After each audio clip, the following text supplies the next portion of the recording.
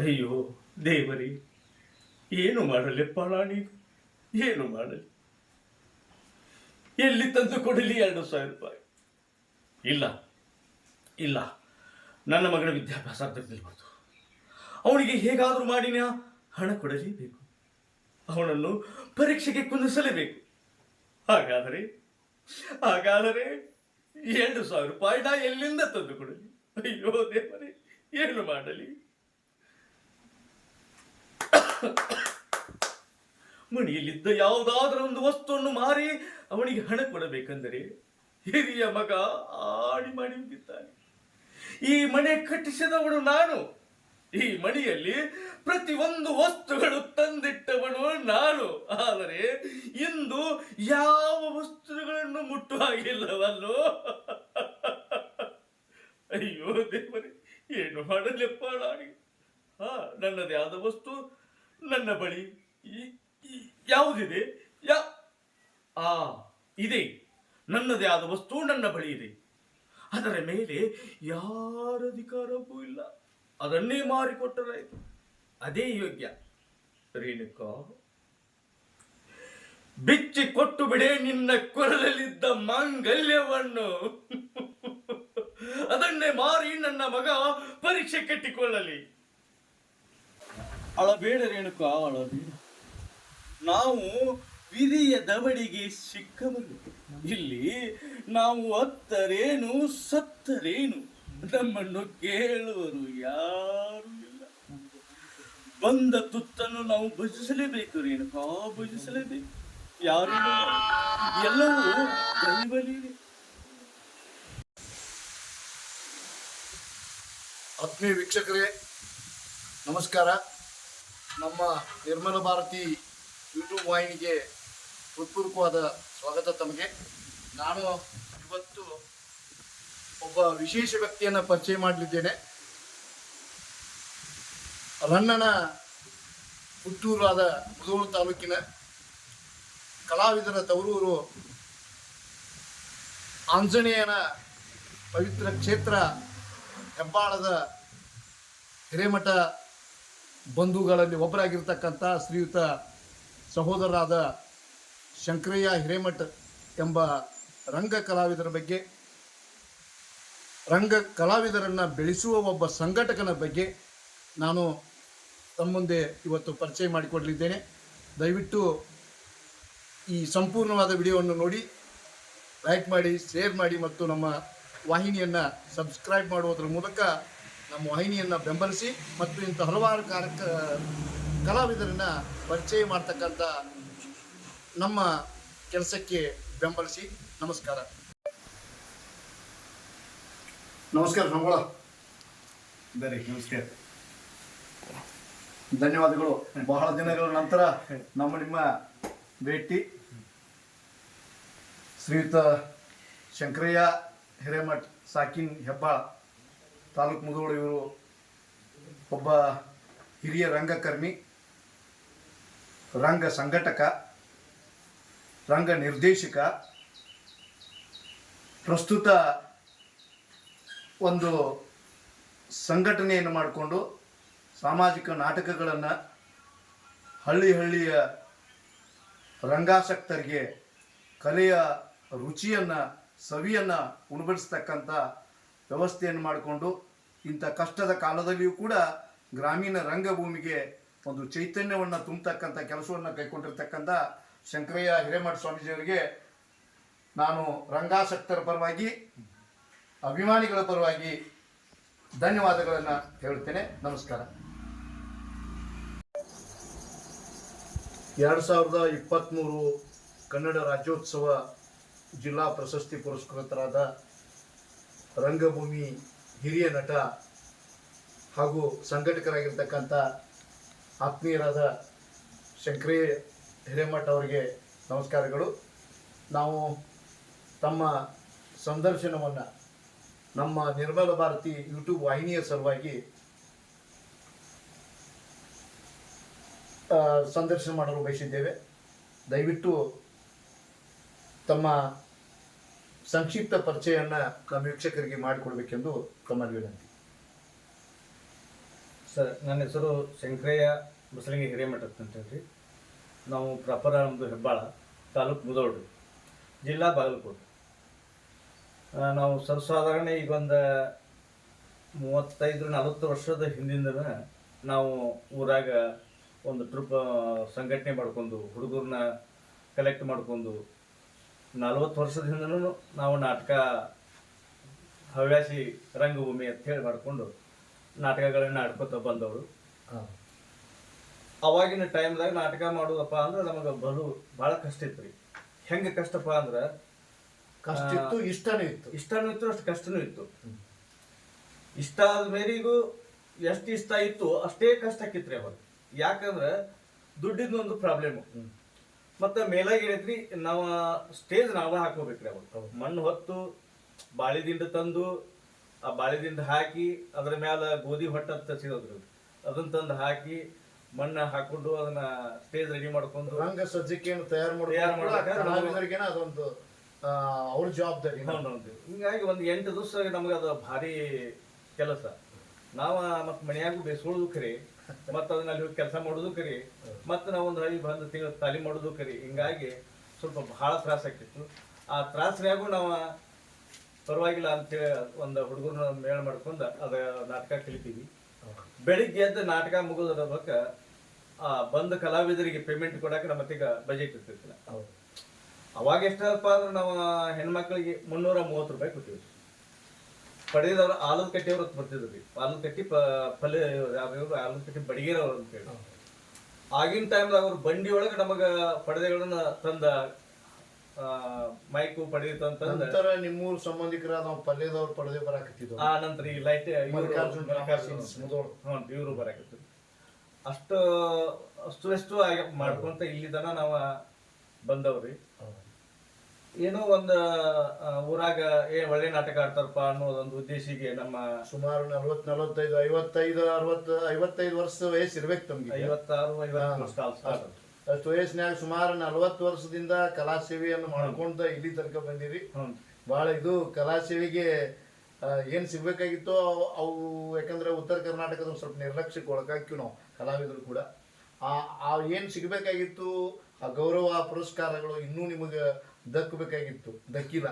ಮುಂದಿನ ನಿಟ್ಟಿನಲ್ಲಿ ಆದ್ರೂ ಮುಂದಿನ ದಿನಮಾನದಲ್ಲಿ ನಿಮ್ಗೆ ಒಳ್ಳೆಯ ಪುರಸ್ಕಾರಗಳು, ಪ್ರಶಸ್ತಿಗಳು, ಸರ್ಕಾರಿ ಸವಲತ್ತುಗಳು ಸಿಗಲಿ ಅಂತೇಳಿ ನಾನು ನಮ್ಮ ವಾಹಿನಿ ಮೂಲಕ ಆಶಿಸ್ತೀನಿ. 2023 ಕನ್ನಡ ರಾಜ್ಯೋತ್ಸವ ಜಿಲ್ಲಾ ಪ್ರಶಸ್ತಿ ಪುರಸ್ಕೃತರಾಗಿರ್ತಕ್ಕಂಥ ರಂಗಭೂಮಿಯ ಹಿರಿಯ ನಟ, ನಿರ್ದೇಶಕ, ಸಂಘಟಕ, ಆತ್ಮೀಯ ಗೆಳೆಯರೂ ಆಗಿರ್ತಕ್ಕಂಥ ಶಂಕರಯ್ಯ ಹಿರೇಮಠ ಸಾಕಿನ್ ಹೆಬ್ಬಾಳ್ ಇವರ ಒಂದು ಸಂದರ್ಶನ ನಮ್ಮ ನಿರ್ಮಲ ಭಾರತಿ ಯೂಟ್ಯೂಬ್ ವಾಹಿನಿಯ ಸಲುವಾಗಿ ಸಂಕ್ಷಿಪ್ತ ಪರಿಚಯ ಅಂದ್ರೆ ತಮ್ಮ ಕೌಟುಂಬಿಕ ಹಿನ್ನೆಲೆ, ತಂದೆ ತಾಯಿ, ಮಕ್ಕಳು ಏನು ಮಾಡ್ತಾರೋ, ನಿಮ್ಮ ಸ್ಥಿತಿಗತಿ ಬಗ್ಗೆ ಒಂದೆರಡು ನಮ್ಮ ವೀಕ್ಷಕರಿಗಾಗಿ ಮಾಹಿತಿ ಕೊಡಬೇಕು ವಿನಂತಿ. ನನ್ನ ಹೆಸರು ಬಂದು ಶಂಕರಯ್ಯ ಬಸಲಿಂಗ ಹಿರೇಮಠ ಅಂತೇಳಿ.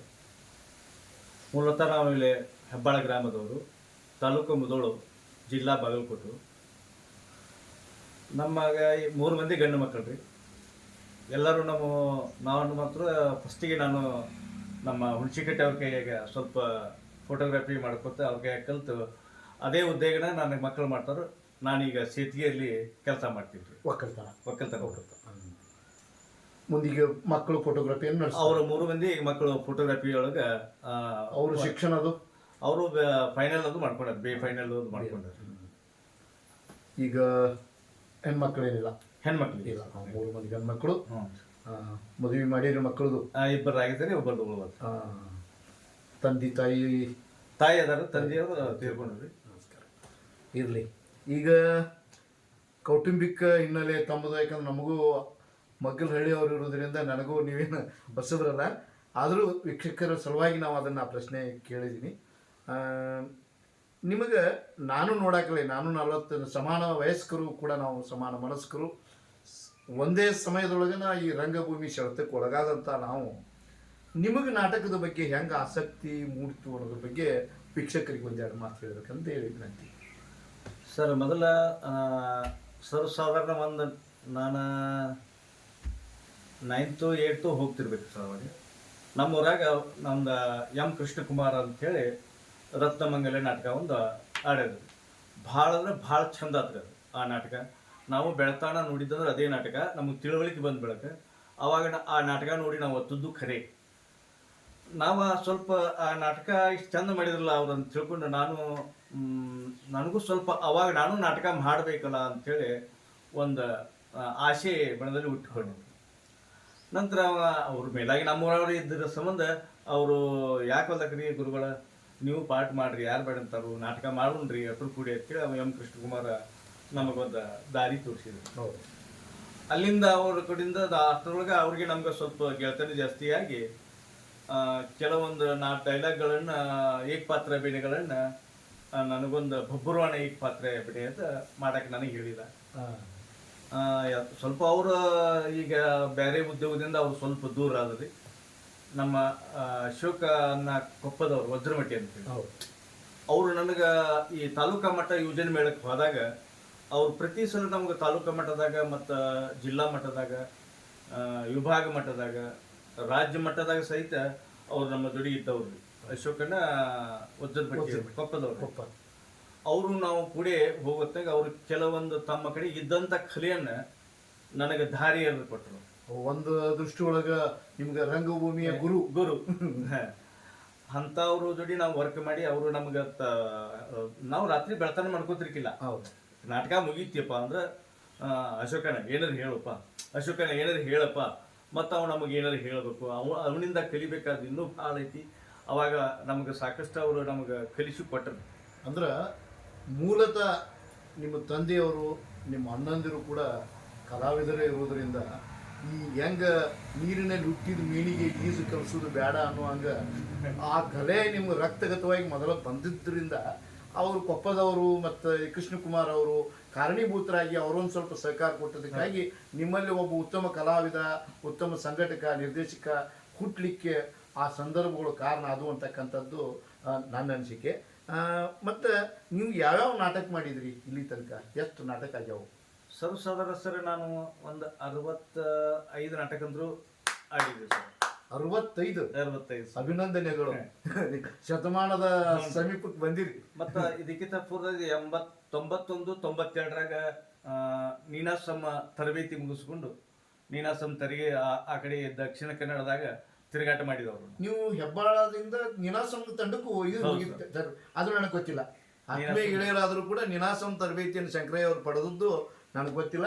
ನಾನು ಅದರ ಆಸಕ್ತನ ನೀನಾಸಮ್ಮ ಹೆಗ್ಗೋಡಿನ ಅವ್ರೇನು ಕೆ.ವಿ. ಅಕ್ಷರ್ ಅವರು ಕೆ.ವಿ. ಸುಬ್ಬಣ್ಣವರು ಆ ಒಂದು ಹಿನ್ನೆಲೆ ನಿಮಗೆ ಇರೋದ್ರಿಂದ ನೀವು ಒಬ್ಬ ನಿಮ್ಮ ಕಲೆ ಬಗ್ಗೆ ನಿಮ್ಮ ಇದ್ರ ಬಗ್ಗೆ ಇನ್ನೊಂದು ಅಭಿಪ್ರಾಯ ಮೂಡಲಿಕ್ಕೆ ಕಾರಣ ಇಲ್ಲ. ದಯವಿಟ್ಟು ನಿಮಗೆ ಏನು ನೀವು ಅವಕಾಶಗಳು ಸಿಗಬೇಕಾಗಿತ್ತು ಅವಕಾಶ ವಂಚಿತರಾದಂಥವ್ರು ನೀವು, ನಿಮ್ಮಲ್ಲಿ ಎಲ್ಲ ಇದ್ದು ಕೂಡ ದಯವಿಟ್ಟು ನನಗೆ ಆ ವಿಷಯ ಗೊತ್ತಿದ್ದಿರಲಿಲ್ಲ. ನನಗೂ ಕೂಡ ಎಷ್ಟೋ ಜನರಿಗೂ ಅದು ಗೊತ್ತಿಲ್ಲ. ನೀನಾಸಮ್ ಕಲಾವಿದರು ಅಂದರೆ ಅದಕ್ಕೊಂದು ಉತ್ಕೃಷ್ಟವಾದ ಒಂದು ಬೆಲೆ ಇದೆ, ಅದಕ್ಕೊಂದು ಸ್ಥಾನಮಾನ ಇದೆ. ಅಂಥ ಒಂದು ತರಬೇತಿ ಪಡೆದುಕೊಂಡಂಥ ತಾವು ಒಳ್ಳೆಯ ಕಲಾವಿದರು, ಅದು ನಮ್ಮ ಗೆಳೆಯರಾಗಿರೋದು ನಮ್ಮ ಹೆಮ್ಮೆ. ಮತ್ತು ಸಾಮಾಜಿಕ ನಾಟಕಗಳನ್ನು ಹೆಚ್ಚು ನೀನಾಸಮ್ಮ ನಾಟಕದಲ್ಲಿ ಏನು ತರಬೇತಿಯನ್ನು ಪಡ್ಕೊಂಡು ಹೊಸ ಅಲೆಗೆ ಆಕರ್ಷಿತರಾಗದ ಸಾಮಾಜಿಕ ನಾಟಕದೊಳಗನ ಮುಂದುವರೆದಿರಲ್ಲ ಹೆಂಗೆ ಸರ್? ಊರಾಗ ಬಂದೊಳಗೆ ಸ್ವಲ್ಪ ನಾವು ಒಳ್ಳೆ ನಾಟಕಗಳನ್ನು, ಕೌಟುಂಬಿಕ ಹಾಸ್ಯಭರಿತ ನಾಟಕಗಳನ್ನು ಆಡಬೇಕು. ಅಲ್ಲಿ ನಾವು ಸ್ವಲ್ಪ ಕಲಿದು ಭಾಳ ಇತ್ತು, ಕಲಿತೀವಿ. ಆದರೂ ಇನ್ನೂ ಕಲಿಬೇಕಾದದ್ದು ಭಾಳ ಐತಿ ಅಂತ ತಿಳ್ಕೊಂಡು ಬಂದು ನಾವು ಇಲ್ಲಿಂದ ನಮ್ಮೂರನ್ನವ್ರು 4 ಜನ ಹೋಗಿದ್ದೀವಿ ಸರ್. ಅಷ್ಟರು ಬಂದು ನಾವು ಮತ್ತೆ ಇಲ್ಲಿ ಹೋಗಿದ್ರಿ.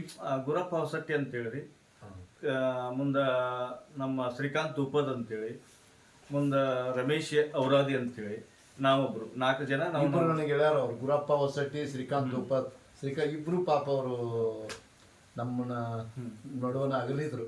ಒಳ್ಳೆಯ ಕಲಾವಿದರು, ಸರ್ವಸಾಧಾರಣ. ಅವರು ಅವಾಗ ನಾಟಕ ಆಡುವ ಹೊತ್ತಿನಾಗ್ರಿ ಅಟ್ರು ಕೊಡಿ ಅಲ್ಲಿಂದ ನಾವು ಕಲ್ತು ಬಂದು ನಾವು ಏನು ಮಾಡೋಣಪ್ಪ, ಏನೋ ಒಂದು ನಾವು ಟ್ರೈನಿಂಗ್ ತೊಗೊಂಡಿವಿ ಇಲ್ಲಿ, ನಾವು ಸ್ವಲ್ಪ ಇಲ್ಲಿ ಏನು ನಮ್ಮ ಕಲೆಯನ್ನು ತೋರಿಸೋಣ ಅಂತೇಳಿ ಅಟ್ರು ಕೊಡಿ ನಾಟಕ ಶುರು ಮಾಡಿದ್ವಿ ರೀ.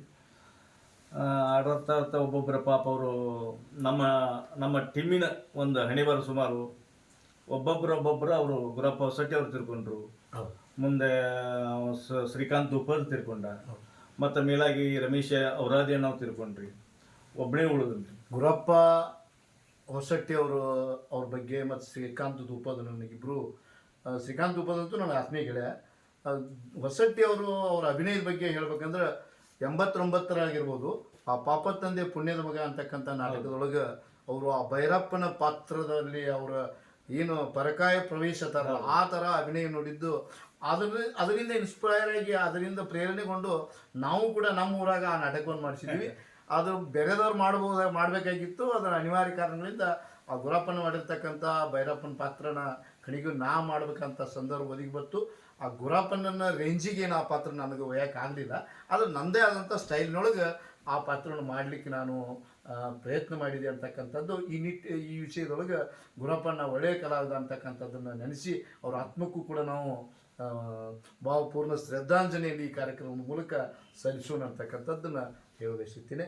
ಮುಂದೆ ಸ್ವಾಮಿಗಳ ಅವಾಗೆಲ್ಲ ಈ ನಾಟಕದ ಪರದೆ ಹಿಂದೆ ಹೆಂಗೆ ಏನು ತಯಾರು ಮಾಡ್ಕೋತಿದ್ರಿ? ಏನು ನಿಮಗೆ ಗೋಳಾತಿದ್ದು? ಅದಾದ್ರದ್ದು ಸುದ್ದಿ ಭಾಳ ಐತೆ ಸರ್ ಹೇಳ್ಬೇಕಂದ್ರೆ. ನಾವು ನಾಟಕ ಮಾಡೋದು ಅಷ್ಟೇ ನಮಗೆ ಒಂದು ಸ್ಟೇಜ್ ಹಾಕೋದು ಅಷ್ಟೇ ಕಷ್ಟ ಇತ್ತು. ಮೇಲಾಗಿ ಒಂದು ವಾರ ಟೈಮ್ ತಗೋತಿದ್ರು ನಮಗೆ ಅದು ಸ್ಟೇಜ್ ಹಾಕೊಳ್ಳಕ್ಕೆ. ಹೌದು, ಕಂಬ ನಾವ ತರಬೇಕು. ಈ ಮನ್ಯಾಗಿದ್ದು ಗೌಡ್ರ ಮನ್ಯಾಗ ಹಗ್ಗ ಇಸ್ಕೊಂಡ್ಬರ್ಬೇಕು, ಸುಡಾರ್ ತಗೊಂಡ್ಬರ್ಬೇಕು, ಅವು ಚಟ್ಟ ಕಟ್ಟಿ ಮ್ಯಾಲೆ ಬೀಸಿ ಅದಕ್ಕೆ ಬಾಳಿ ದಿಂಡು ಹಾಕಿ ಮಣ್ಣು ಹಾಕಿ ಉಸಕ್ ಹಾಕಿ ರಂಗಮಂದಿ ರೆಡಿ ಮಾಡ್ಕೋಬೇಕಾದ್ರೆ 8 ದಿವಸ ಟೈಮ್ ತಗೋತಿದ್ರಿ. ಅಂಥದ್ರೊಳಗೆ ಮತ್ತು ಮುಂಜಾನೆ ಎದ್ದು ಪೇಮೆಂಟ್ ಕೊಡಾಕ ನಮ್ಮ ಕಡೆ ರೊಕ್ಕ ಇರ್ತಿರ್ಕಿಲ್ಲ.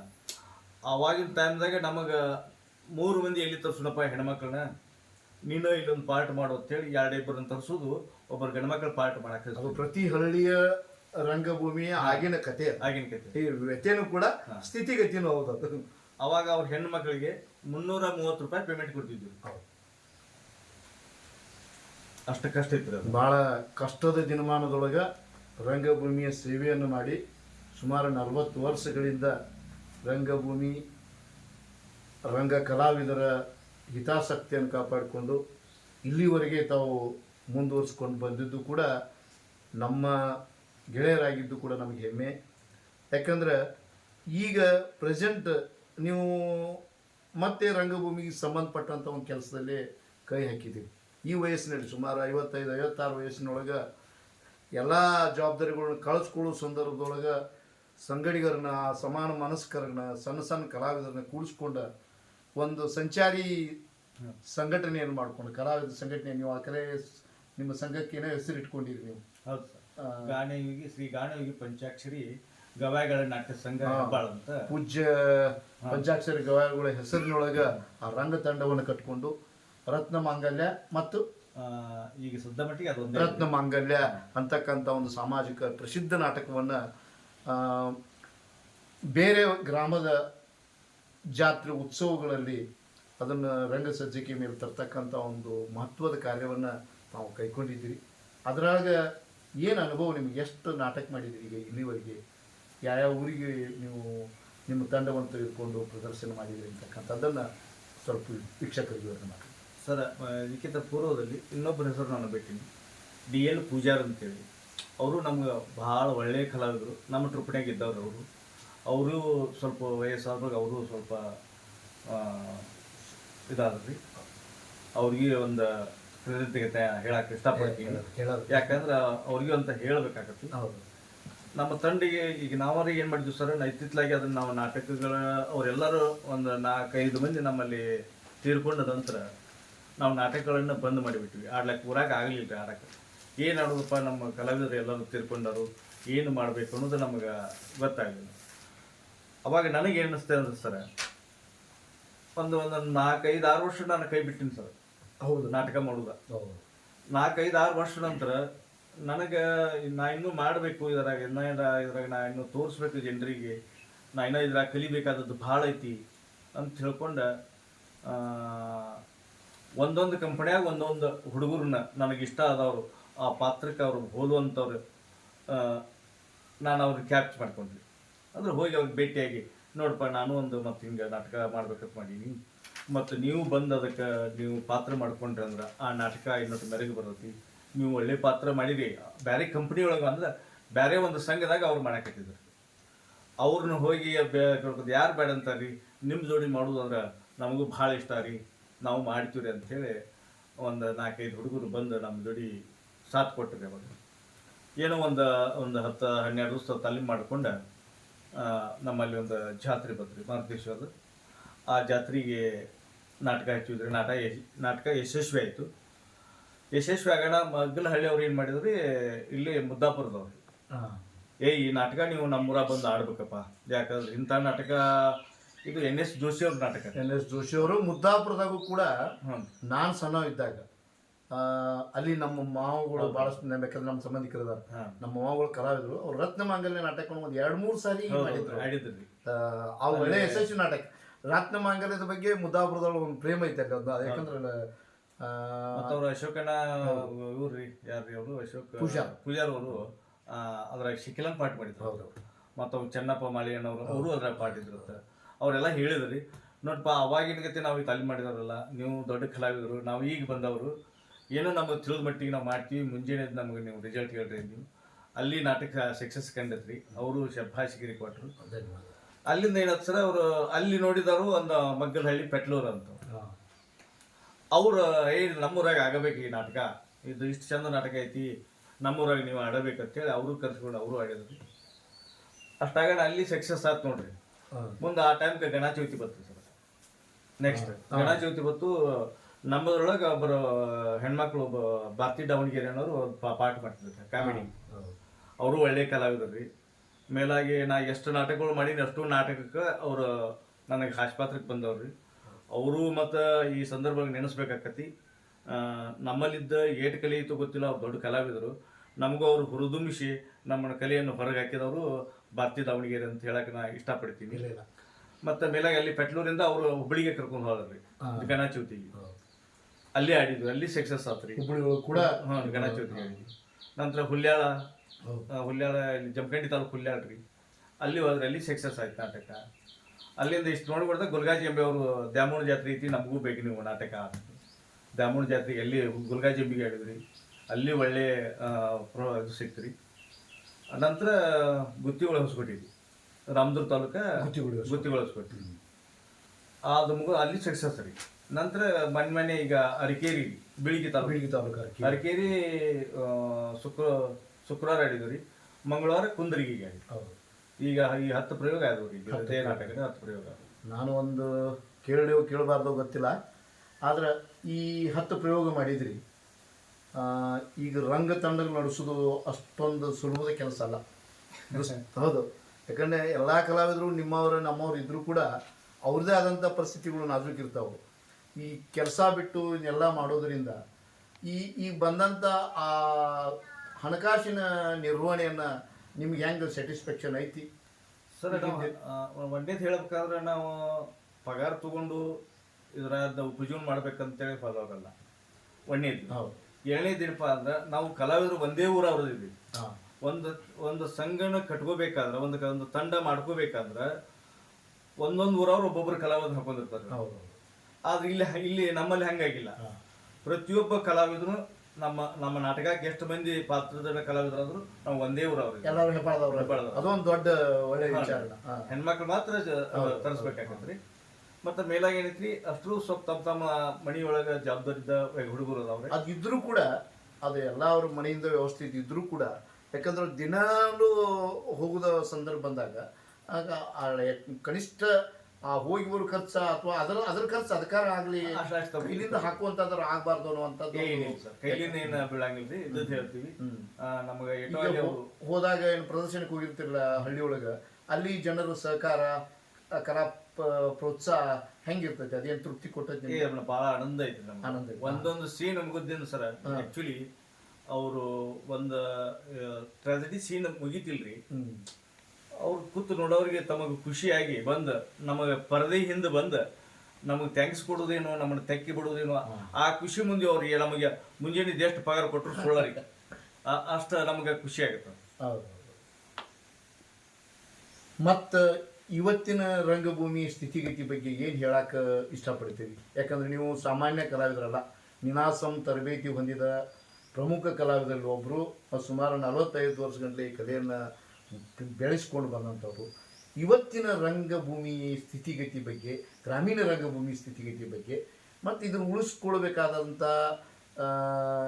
ಅನಿವಾರ್ಯತೆ ಮತ್ತು ಏನು ಕ್ರಮ, ನಾವು ಏನು ಮಾಡಬೇಕು ಇದ್ರ ಬಗ್ಗೆ, ಇಲ್ಲ ರಂಗಾಸಕ್ತರು, ರಂಗ ಕಲಾಭಿಮಾನಿಗಳು ಏನು ಮಾಡಬಹುದು ಅನ್ನೋದನ್ನು ನಿಮ್ಮ ಅಭಿಪ್ರಾಯ? ಸರ, ಈಗ ಸರ್ವಸಾಧಾರಣ ಒಂದಿಗೆ 4-5 ವರ್ಷದಿಂದ ಸ್ವಲ್ಪ ಇಳಮಟ್ಟ ಕಂಡಿತ್ರಿ. ಯಾವ ಊರಾಗೂ ಸ್ವಲ್ಪ ನಾಟಕ ಆಗೋದು ಸ್ವಲ್ಪ ಕಡಿಮೆಯೊಳಗೆ ಐತ್ರಿ. ಈಗೇನು ಸ್ವಲ್ಪ ನಮ್ಮ ಉತ್ತರ ಕರ್ನಾಟಕಕ್ಕೆ ಬಂದ ಇವೇನು ಈಗ ಚಿತ್ರಮಂದಿರ ಏನು ಬಂದಲ್ರಿ, ಸ್ವಲ್ಪ ನಾಟಕದ ಕಡೆ ಈಗ ಜನರ ಅಭಿಪ್ರಾಯ ಸ್ವಲ್ಪ ಮೇಲೆ ಬಂದ್ರಿ. ಈಗ ಪ್ರತಿಯೊಂದು ಒಂದು ಹಳ್ಳಿಗೂ 1-2 ನಾಟಕ ವರ್ಷ ಇರತ್ತವ್ರಿ. ಸ್ವಲ್ಪ ಈಗ ನಾಟಕಕ್ಕೆ ಒತ್ತು ಕೊಟ್ಟಾಗ್ತಾರೆ ಜನನು, ಮತ್ತು ಅಲ್ಲಿ ಹವ್ಯಾಸಿ ಕಲಾವಿದರು ಇರ್ತಾರೆ. ಬಟ್ ಆದರೂ ಈಗ ಸಿನಿಮಾ ರಂಗಕ್ಕಿಂತ ಈ ನಾಟಕ ರಂಗಕ್ಕೆ ಈಗ ಒಂದು 3-4 ವರ್ಷದ ಹಿಂದ್ಗಡೆಗಿಂತ ನೋಡಿದ್ರೆ ಈ ವರ್ಷ ಸ್ವಲ್ಪ ಜಾಸ್ತಿ ಅಂತ ನನ್ನ ಅಭಿಪ್ರಾಯ. ನಿಮ್ಗೆ ತೃಪ್ತಿ ಐತಿ? ತೃಪ್ತಿ ಐತಿ, ಆಶಾಭಾವನೆ ಐತಿ. ರಂಗಭೂಮಿ ಬೆಳವಣಿಗೆ ಹಂತದಲ್ಲಿ ಐತ್ರಿ. ಒಳ್ಳೆಯ ಅಭಿಪ್ರಾಯವನ್ನು ಶಂಕರಯ್ಯ ಅವರು ನಮ್ಮ ಜೊತೆ ನಮ್ಮ ಯೂಟ್ಯೂಬ್ ವಾಹಿನಿ ಸಲುವಾಗಿ ಸಂದರ್ಶನದಲ್ಲಿ ಹಂಚಿಕೊಂಡಿದ್ದಾರೆ. ನಾನು ಕನ್ನಡದ ರಂಗಭೂಮಿಯ ಕಲಾಭಿಮಾನಿಗಳ ಪರವಾಗಿ ಧನ್ಯವಾದಗಳನ್ನು ಹೇಳಲು ಬಯಸುತ್ತೇನೆ. ಆತ್ಮೀಯ ವೀಕ್ಷಕ ಬಂಧುಗಳೇ, ನಮ್ಮ ಹಿರಿಯ ರಂಗ ಕಲಾವಿದರಾಗಿರ್ತಕ್ಕಂಥ ಶಂಕರಯ್ಯ ಹಿರೇಮಠರು ಸುಮಾರು 40-45 ವರ್ಷಗಳಿಂದ ರಂಗಭೂಮಿಯ ಸೇವೆ ಮಾಡುತ್ತಾ ಸುಮಾರು 60ಕ್ಕೂ ಹೆಚ್ಚು ಸಾಮಾಜಿಕ ನಾಟಕಗಳನ್ನು ಆಡುವುದರ ಮೂಲಕ ಅವರ ನಾಟಕದ ಬಗ್ಗೆ ಇರತಕ್ಕಂಥ ಪ್ರೀತಿಯ ಒಲುವನ್ನು ಅವರು ಈ ನಾಟಕಗಳ ಅಭಿನಯಿಸುವುದರ ಮೂಲಕ, ಸಂಘಟನೆಗಳ ಮಾಡುವುದರ ಮೂಲಕ ತೋರಿಸಿದ್ದಾರೆ. ಅವರು ಮಾಡಿರ್ತಕ್ಕಂಥ ಹಲವು ನಾಟಕಗಳ ಪ್ರಚಾರ ಪತ್ರವನ್ನು, ಭಿತ್ತಿಪತ್ರ, ಹ್ಯಾಂಡ್ಬಿಲ್ ಅಂತೀವಿ, ಅವನ್ನ ಶೇಖರಣೆ ಮಾಡಿದ್ದು ಕೂಡ, ಅವ್ರು ಸಂಗ್ರಹ ಮಾಡಿಕೊಂಡು ಇಟ್ಕೊಂಡಿದ್ದು ಕೂಡ ಅಷ್ಟೇ ಆ ಕಲೆಯ ಬಗ್ಗೆ ಅವರಿಗಿರ್ತಕ್ಕಂಥ ಪ್ರೀತಿಯ ಆಸಕ್ತಿಯನ್ನು ಎತ್ತಿ ತೋರಿಸ್ತದೆ.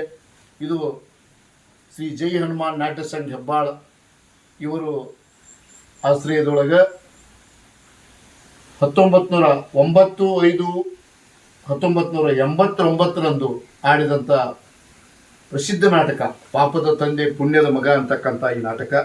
ಇದರ ಈ ಹ್ಯಾಂಡ್ಬಿಲ್ಲನ್ನು ಶಂಕರಯ್ಯ ಹಿರೇಮಠರು ಸಂಗ್ರಹಿಸಿಟ್ಕೊಂಡಿದ್ದಾರೆ. ಅದೇ ರೀತಿಯಾಗಿ ತಾಯಿಗೆ ತಕ್ಕ ಮಗ ಅರ್ಥಾತ್ ದೀಪ ಅಂತಕ್ಕಂಥ ನಾಟಕ, ಇದು 1990ರಲ್ಲಿ ಹೆಬ್ಬಾಳ ಗ್ರಾಮದಲ್ಲಿ ಅಭಿನಯಿಸಿದ್ದಾರೆ. ಅದೇ ಅಲ್ಲದೆ ನವಕಲಾ ನಾಟ್ಯ ಸಂಘ ಹೆಬ್ಬಾಳ ಅಂತಕ್ಕಂಥ ಒಂದು ವೇದಿಕೆಯ ಮೂಲಕ, ಸಂಘಟನೆಯ ಮೂಲಕ 4/5/1996ರಂದು ಘಟಸರ್ಪ, ಗರುಡ ರಾಜ್ಯದಲ್ಲಿ ಘಟಸರ್ಪ ಅಂತಕ್ಕಂಥ ನಾಟಕವನ್ನು ಅಭಿನಯಿಸಿದ್ದಾರೆ. ಅದರ ಭಿತ್ತಿ ಚಿತ್ರ ಇದು.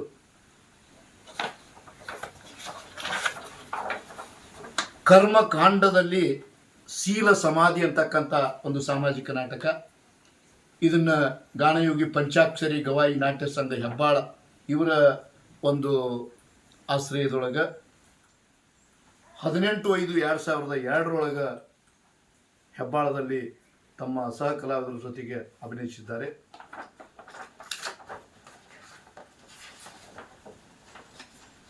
ನವಕಲಾ ನಾಟ್ಯ ಸಂಘ ಹೆಬ್ಬಾಳ ಇವರ ಒಂದು ಆಶ್ರಯದೊಳಗೆ ದಿನಾಂಕ 26/4/1997ರಂದು ಪ್ರಾಣದ ಪ್ರತಿಕಾರ ಅಂತಕ್ಕಂಥ ಸಾಮಾಜಿಕ ನಾಟಕವನ್ನು ತಮ್ಮ ಗೆಳೆಯರ ಜೊತೆಗೆ ಅಭಿನಯಿಸಿದ್ದಾರೆ. ಅಲ್ಲದೆ ಸಿಡಿದೆದ್ದ ಶಿವಶಕ್ತಿ ಅಂತಕ್ಕಂಥ, ಅರ್ಥಾತ್ ರೈತನ ಬಾಳು ಕಣ್ಣೀರಿನ ಗೂಳು ಅಂತಕ್ಕಂಥ ಒಂದು ಸಾಮಾಜಿಕ ನಾಟಕವನ್ನು ನವಕಲಾ ನಾಟ್ಯ ಸಂಘ ಈ ಒಂದು ಸಂಘಟನೆಯ ಆಶ್ರಯದೊಳಗೆ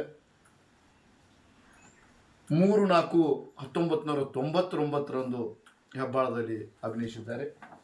ಇದಲ್ಲದೆ ಹಲವಾರು ನಾಟಕಗಳನ್ನು ಅಭಿನಯಿಸಿರ್ತಕ್ಕಂಥ ಭಿತ್ತಿಚಿತ್ರಗಳು ಹ್ಯಾಂಡ್ಬಿಲ್ಸು ಇವತ್ತು ಅವ್ರ ಕಡೆಯೂ ಕೂಡ ಲಭ್ಯವಿಲ್ಲ.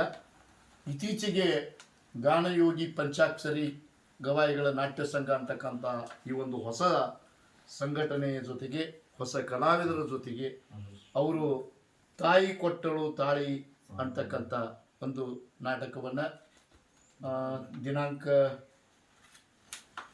3/12/2022 ಅಭಿನಯಿಸಿದ್ದಾರೆ. ಈ ರೀತಿ ಸುಮಾರು 60-65 ನಾಟಕಗಳನ್ನು ಒಬ್ಬ ಹವ್ಯಾಸಿ ನಾಟಕಕಾರನಾಗಿ, ವೃತ್ತಿ ರಂಗಭೂಮಿ ನಾಟಕಕಾರನಾದ್ರೆ ಅದು 100, 200, 500ವರೆಗೂ ಅಭಿನಯಿಸಿದ್ರು ಅದು ಆಗ್ಬೋದು. ಆದರೆ ತಮ್ಮದೇ ಆದಂಥ ಕೃಷಿ ಚಟುವಟಿಕೆ ಜೊತೆಗೆ ತಮ್ಮ ಉಪವೃತ್ತಿಯಾಗಿರ್ತಕ್ಕಂಥ ಫೋಟೋಗ್ರಫಿ ಜೊತೆಗೆ ಕೌಟುಂಬಿಕ ಸಮಸ್ಯೆಗಳ ಒಂದು ಪರಿಹರಿಸುವುದರ ಜೊತೆಗೆ ಒಂದು ಕುಟುಂಬದ ಯಜಮಾನನಾಗಿ ಮಕ್ಕಳು ಮರಿ ಮೊಮ್ಮಕ್ಕಳನ್ನು ಸಂಭಾಳಿಸುವುದರ ಜೊತೆಗೆ ಸುಮಾರು 60-65 ನಾಟಕಗಳನ್ನು ಅಭಿನಯಿಸುವುದು, ಸಂಘಟಿಸುವುದು, ರಂಗಭೂಮಿಯ ಕಲಾವಿದರನ್ನು ಸಂಘಟಿಸಿ ಹಳ್ಳಿಯ ಜನರಿಗೆ ಮನೋರಂಜನೆ ಒದಗಿಸುವುದು ಇದೊಂದು ಕಲಾ ಸೇವೆ, ಕಲಾ ತಪಸ್ಸು. ಇದನ್ನು ಮಾಡಿರ್ತಕ್ಕಂಥ ಪೂಜ್ಯ ಮಾನ್ಯ ಶ್ರೀ ಕಲಾವಿದರಾಗಿರ್ತಕ್ಕಂಥ ಶಂಕರಯ್ಯ ಹಿರೇಮಠ ಅವರಿಗೆ ನಾನು ತಮ್ಮೆಲ್ಲರ ಪರವಾಗಿ, ವೀಕ್ಷಕರ ಪರವಾಗಿ, ಕನ್ನಡದ ನಾಟ್ಯ ರಂಗ ಏನು ರಂಗಭೂಮಿಯ ಕಲಾವಿದರದವರು, ಅಭಿಮಾನಿಗಳದರು, ತಮ್ಮೆಲ್ಲರ ಪರವಾಗಿಯೂ ರಂಗಭೂಮಿಯ ಒಂದು ಚೇತನ ಶ್ರೀ ಸ್ವಾಮೀಜಿಯವರಿಗೆ ವಂದನೆಗಳನ್ನು, ಕೃತಜ್ಞತೆಗಳನ್ನು ಹೇಳಬಯಸುತ್ತೇನೆ. ನಿಮ್ಮಿಂದ ನಮ್ಮ ಗ್ರಾಮೀಣ ರಂಗಭೂಮಿ ಇನ್ನೂ ನಿರೀಕ್ಷೆಯಲ್ಲಿದೆ. ಯಾಕಂದರೆ ನೀವು ನೀನಾಸಂ ಕಲಾವಿದರು, ತರಬೇತಿ ಪಡೆದವರು ಅನ್ನೋದು ನಮಗೆ ಭಾಳಷ್ಟು ಜನರಿಗೆ ಗೊತ್ತಿರಲಿಲ್ಲ. ನನಗೆ ಆತ್ಮೀಯ ಗೆಳೆಯರಾಗಿದ್ದರೂ ಕೂಡ ನನಗೆ ಗೊತ್ತಿರಲಿಲ್ಲ. ನಿಮ್ಮಂಥವರು ಕೇವಲ ನೀವು ಹೆಬ್ಬಾಳಕ್ಕೆ ಮಾತ್ರ ಸೀಮಿತ ಆಗಲಾರ್ದನ ಏನಾದರೂ ಹೊಸತನವನ್ನು ಉಂಟು ಮಾಡಿ, ಯಾಕಂದ್ರೆ ಮಕ್ಕಳು ಎಲ್ಲ ತಮ್ಮ ಕೆಲಸ ಮಾಡಕತ್ಯಾರೀಗ. ನೀವು ಇನ್ನು ಸ್ವಲ್ಪ ನನ್ನ ವಿನಂತಿ, ಈ ಗ್ರಾಮೀಣ ಭಾಗದೊಳಗೆ ಮುಂದಿನ ದಿನಮಾನದೊಳಗೆ ಶಾಲಾ ಮಕ್ಕಳಿಗೂ ಅಥವಾ ಆಸಕ್ತ ರಂಗ ಕಲಾವಿದರಿಗೂ ಸಣ್ಣ ಪುಟ್ಟ ಒಂದು ವಾರದ ಮಟ್ಟಿಗೂ ಸಣ್ಣ ರಂಗ ಶಿಬಿರಗಳನ್ನು ಏರ್ಪಡಿಸ್ರಿ. ರಂಗಾಸಕ್ತಿ, ರಂಗ ಕಲೆ ಬಗ್ಗೆ ಆಸಕ್ತಿ ಇನ್ನಷ್ಟು ಗ್ರಾಮೀಣ ಯುವಕರಲ್ಲಿ ಮೂಡಲಿ. ಈ ರಂಗಕಲೆ ಅನ್ನೋದು ಶಾಶ್ವತವಾಗಿ ಅದು ಮತ್ತೆ ತನ್ನ ಮೆರುಗನ್ನು ಪಡೆದುಕೊಳ್ಳಲಿ. ಅದಕ್ಕೆ ನೀವು ಕಾರಣೀಭೂತರಾಗಲಿ. ನಿಮಗೆ ಸಲ್ಲಬೇಕಾದಂಥ ಸತ್ಕೀರ್ತಿ, ಸನ್ಮಾನ, ಸರ್ಕಾರಿ ಸವಲತ್ತುಗಳು ಎಲ್ಲವೂ ಲಭಿಸಲಿ. ಆ ನಿಟ್ಟಿನಲ್ಲಿ ತಾಲೂಕಿನ ಎಲ್ಲ ಕಲಾಭಿಮಾನಿಗಳು, ಕಲಾ ಪ್ರೋತ್ಸಾಹಕರು ನಾವು ನಿಮ್ಮ ಹಿಂದೆ ಇದ್ದೀವಿ ಅಂತಕ್ಕಂಥ ಒಂದು ಭರವಸೆಯೊಂದಿಗೆ ನಾನು ತಮಗೆ ನಮಸ್ಕಾರ ಹೇಳ್ತೀನಿ.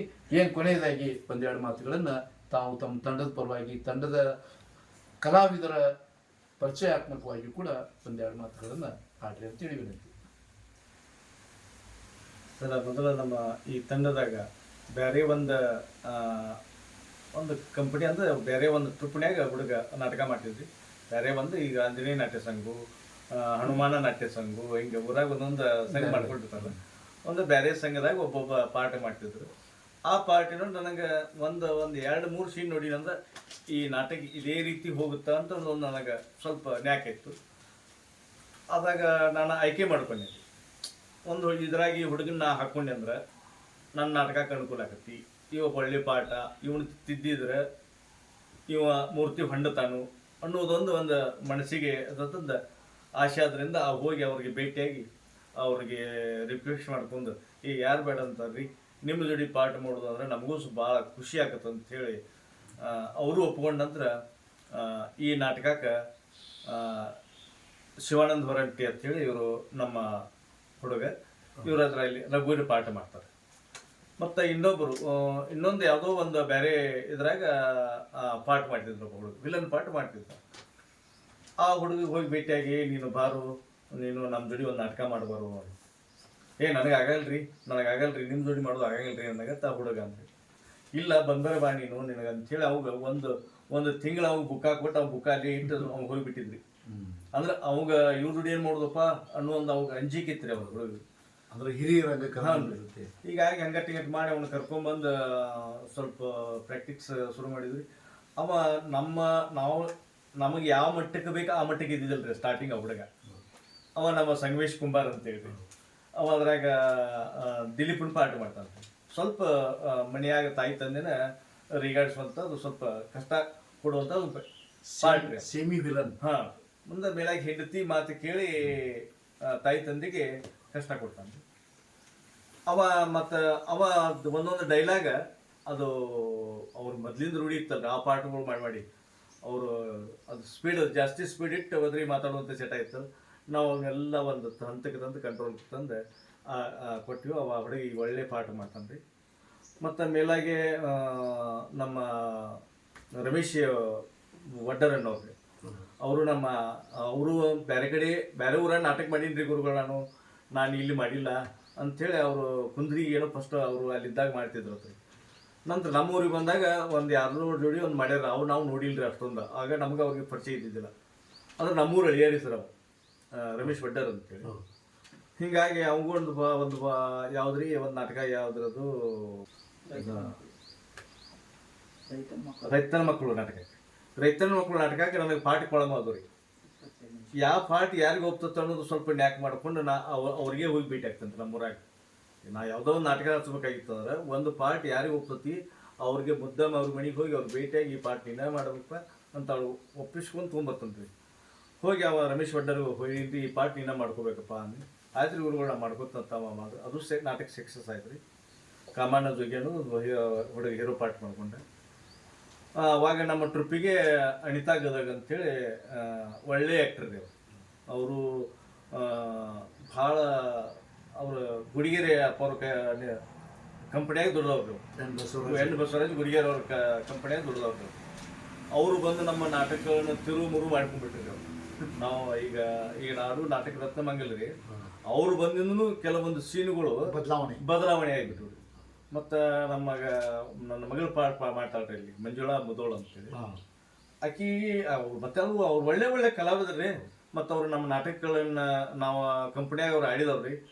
ತಮ್ಮ ಈ ಕಂಪ್ನಿಯಾಗ ಹಿಂಗೆ ಮಾಡ್ತಾರಪ್ಪ, ಇದನ್ನೇ ಕಂಪ್ನಿಯಾಗ ಹಿಂಗೆ ಮಾಡ್ತಾರಪ್ಪ ಅಂತೇಳಿ ನಮಗೆ ಅವ್ರು ಮತ್ತಷ್ಟು ಅವರ ಸಲಹೆ ಸೂಚನೆಗಳಿಂದ ನಾಟಕ ನಮ್ಮದು ಇದು ಈ ರತ್ನಮಂಗಲೆ ಸುಧಾರಣೆಗೊಂಡು ಮುಂದೆ ಹೊಂಟತ್ರಿ. ಈಗ ಅವರು ರಮೇಶ್ ವಡ್ಡರ್ ಅಂತವ್ರು ಅವರು ಈಗ ಕಾಮಿಡಿ ಪಾಠ ಮಾಡ್ತಾರೆ. ಮತ್ತು ಇನ್ನೊಬ್ಬ ಸ್ವಲ್ಪ ಹುಡುಗ ಅಜಿತ್ ಮಳಲಿ ಅಂತೇಳ್ರಿ, ಅವ ನಮ್ಮೂರಾಗ ನಾಟಕ ಆಡ್ತಿದ್ರಿ ಬೇರೆ ಕಂಪನಿಯಾಗ. ಅವ ಬರೀ ಸ್ವಲ್ಪ ಹೀರೋ ಪಾಠ ಮಾಡ್ಕೊಂಡು ಹೋಗ್ತಿದ್ರಿ, ಕೈಯಾಗ ಪಟ್ಲಿ ಇಟ್ಕೊಂಡು ಓಡಾಡುವಂಥ ಪಾಠ ಮಾಡ್ತಿದ್ರಿ. ಅವನು ಮಕ್ಕ ನನಗೆ ಈ ಪಾಠ ನಿನಗೆ ಒಪ್ಪಂಗಿಲ್ಲಪ್ಪ, ಈ ಪಾಠ ಮಾಡಕ್ಕೆ ಹೋಗ್ಬೇಡ ನೀ ಕಾಮಿಡಿಗೆ ಭಾಳ ಚಂದ ಐತಿ ನಿನ್ನ ಮುಖ, ನೀ ಕಾಮಿಡಿ ಮಾಡ್ಬೇಕಂತೇಳಿ ಅವನು ತಂದು ನಾ ಕಾಮಿಡಿ ಹಾಕೊಂಡು ಇದೇ ನಾಟಕ ಕಾಮಿಡಿ ಹಾಕೊಂಡು ಮುಂದುವರ್ಸೋದು ಹೊಂಟೀನಿ. ಗುರುಗಳು ಒಟ್ಟಾರೆ ಕಲಾವಿದರನ್ನ ಆಯ್ಕೆ ಮಾಡುವುದು ಅದು ಕೂಡ ಒಂದು ಶಾನಿತನ. ಅದರಲ್ಲಿ ಕೂಡ ನೀವು ಯಾಕಂದ್ರೆ ಹಿರಿಯ ರಂಗ ಕಲಾವಿದರು ಅನುಭವ ಇರೋದ್ರಿಂದ ಅದೆಲ್ಲನೂ ಮಾಡ್ಕೊಂಡಿರಿ. ಮತ್ತು ನಿಮ್ಗೆ ಈ ಸಂಗೀತ ಸಂಯೋಜನೆ, ಸಂಗೀತದ ಬಳಗ ಹೆಂಗೆ ಎಲ್ಲಿ ಅವ್ರನ್ನ ತರಿಸ್ತೀವಿ? ಸಂಗೀತ ಸರ ನಮಗೆ ಈಗ ನಾವು ಎಂದು ನಾಟಕ ಸ್ಟಾರ್ಟ್ ಮಾಡಿದ್ದು ಅಲ್ಲಿಂದ ಇಲ್ಲಿವರೆಗೂ ರೀ ಎಲ್ಲ ಸಂಗೀತಗಾರರು ಬಂದು ಹೋಗ್ಯಾರ್ರಿ. ಸ್ವಲ್ಪ ಇವರ ಬಂದಿಲ್ಲ ಅಂತ ಆಗಂಗಿಲ್ಲ ರೀ, ಎಷ್ಟೋ ಜನ ಬಂದು ಹೋಗ್ಯಾರ್ರಿ. ಮತ್ತು ಆದ್ರೆ ಈ ನಾಟಕಕ್ಕೆ ಅಂಥೇಳಿ ಒಂದು 8 ನಾಟಕಕ್ಕೆ ಸದಾಶಿವ ಅಲಗಲಿ ಅಂತೇಳಿ ಕಟಾಣಿ ಅವರು ಒಂದು 8 ನಾಟಕ ತಂದೆ ಕೂಡ ಈರಪ್ಪ ಕಟಾಣಿ ಪ್ರಸಿದ್ಧ ಹಾರ್ಮೋನಿಯಂ ಮಾಸ್ಟರ್. ಅವರು ಬಂದಿದ್ರು ಅವ್ರು ಈರಪ್ಪ ಕಟಾಣಿ ಅವ್ರನ್ನ ನಮ್ಮ ಊರಿಗೆ ನಾನು ಪರಿಚಯಿಸಿದ್ವಿ. ಭಾಳಷ್ಟು ಒಂದು 3-4 ನಾಟಕಗಳಿಗೆ ತರಿಸಿದ್ದೀವಿ. ಅವ್ನು ಸದಾ ಸಣ್ಣ ಹುಡುಗಿದ್ದವ. ಹೌದು.